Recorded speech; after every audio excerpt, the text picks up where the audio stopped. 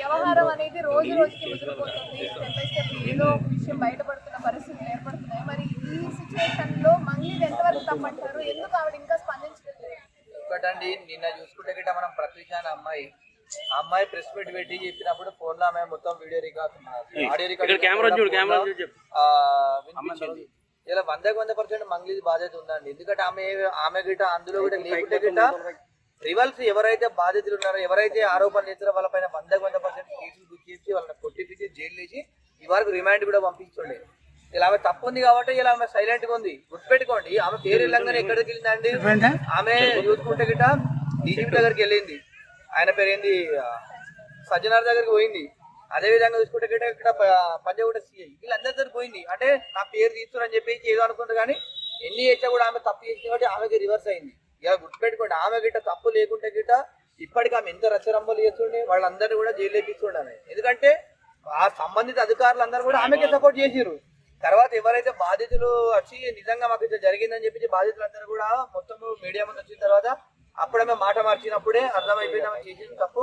100% మంగ్లీ తప్పు చేసింది. ఇలాంటి మోసాలు చేసేటువంటి వ్యక్తులని ఎవరైనా సెలబ్రిటీలైనా సాధారణ వ్యక్తులైనా వీళ్ళని కఠినంగా శిక్షించాలని చెప్పేసి తెలియదు. ఎందుకంటే అన్ని తెలిసిన వాళ్ళు ఇట్లా మోసాలు చేస్తుంటే ఇక తెలియని వాళ్ళు ఎట్లుంటది?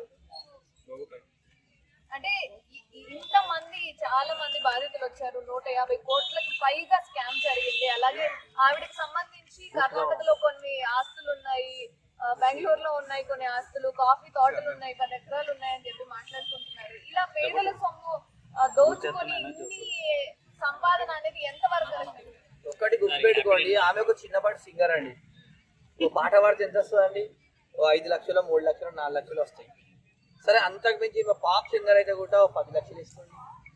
ఇవాళ గుర్తుపెట్టుకోండి, ఈమె మామూలు వ్యక్తి ఇవాళ అంత లగ్జరీ లైఫ్ ని అన్ని విధాలు చేస్తున్నట్టే అర్థం చేసుకోవాలి. ఇలా 100% క్యామ్ ఉంది. ఎందుకంటే ఆమెకి ఎన్ని ఆస్తులు ఉన్నాయి. ఇప్పుడు ఏమవుతుందంటే, ఇప్పుడు ఇలాంటి క్రైమ్ చేసినప్పుడు ఏంటండి, బినామీల మీద ఆస్తులు కూడా రాస్తారు చాలా వరకు. ఇలా ఆమెకు నిజంగా తప్పు ఉంది కాబట్టి ఇప్పుడు బయటికి రావట్లేదు. ఆమె 100% ఆమె తప్పు ఉంది. ఎందుకంటే మట్టి అనేది సామెత ఉంటుంది కాండి, అది మంటలేంతో పొగరాదన్నట్టు అది ఉంది కదా, సేమ్ అదే విధంగా 100% మీకు ఉంది. మరి ఇంత జరిగినా కూడా ఒకవేళ తప్పు చేసి ఉంటే మీడియా ముందుకు వచ్చి మా తమ్ముడు అమాయకుడు, వీడు అసలు ఆ వర్క్ చేసేలా ఉన్నాడా, స్కామ్ చేసేలా ఉన్నాడా, ఆ స్కామ్ పేరే నాకు ఇప్పుడు విండో నేను అని చెప్పి మాట్లాడడం, కమ్యూనిటీ పేరుని వాడుకోవడము, ఆ కమ్యూనిటీకి పేరు తెచ్చా అని చెప్పడము, ఇదంతా ఎందుకు మరి చేయడం? సైలెంట్ గా ఉంటాను. ఒక్కటి గుర్తుపెడతాను, డైలాగ్ కొట్టింది కదా మా తమ్ముడు, ఈయన నా కట్టలు లెక్క పెట్టిందని విత్ యాక్షన్ తో చూపెట్టింది, కట్టలు లెక్క పెట్టిందని. గుర్తుపెట్టుకోండి, ఇలా తెలంగాణ సమాజము ఇలా గుర్తుపెట్టుకోండి, మంగ్లీ అనే ఆమె మన తెలంగాణకు సంబంధించినటువంటి పర్సన్ కాదు. ఒకటి తెలంగాణ ఆమె ఆంధ్ర సైడు లంబాడి ఆమె తెలంగాణ కాదు. ఎందుకంటే ఆమె మొత్తము లంబాడి జాతికి ఆమె రాగానే మొత్తము లంబాడి జాతి ఆమెనే మొత్తము అందరి గిరిజనులకు అందరికి పేరు ఇచ్చినట్టు మాట్లాడుతుంది.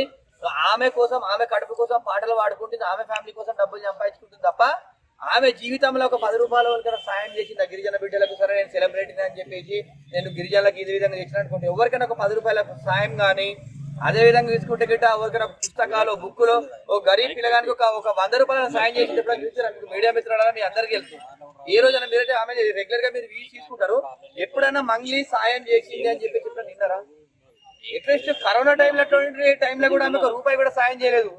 డబ్బులు లేనట్లు అట్లాంటి పని చేస్తుంటాడు, అట్లాంటి ఒక కూరగాయలు పంచడమో ఏదో చేసి, కానీ ఈమె ఎవరికైనా పేద ప్రజలకు కానీ, సరే గిరిజనులు ఇలా గిరిజన కాడొచ్చింది, గిరిజనులకు ఎవరికైనా సాయం చేస్తాడు. గిరిజనులు ఎంత విధంగా కష్టం చేస్తేనే ఆ తిండి తినటే కుటుంబాలు, లక్షలాది కుటుంబాలు ఏ రోజున ఎవరికైనా సాయం చేసిందా?